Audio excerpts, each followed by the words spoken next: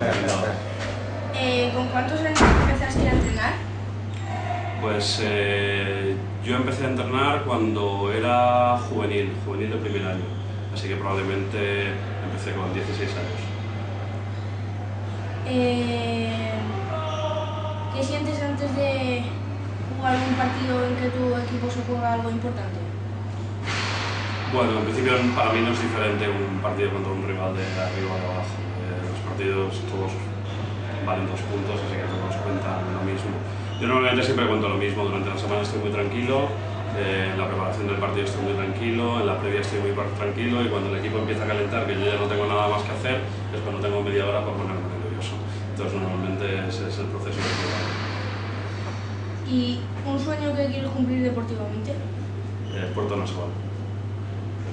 Vale, ya. Que claro que no entendemos. Está bueno.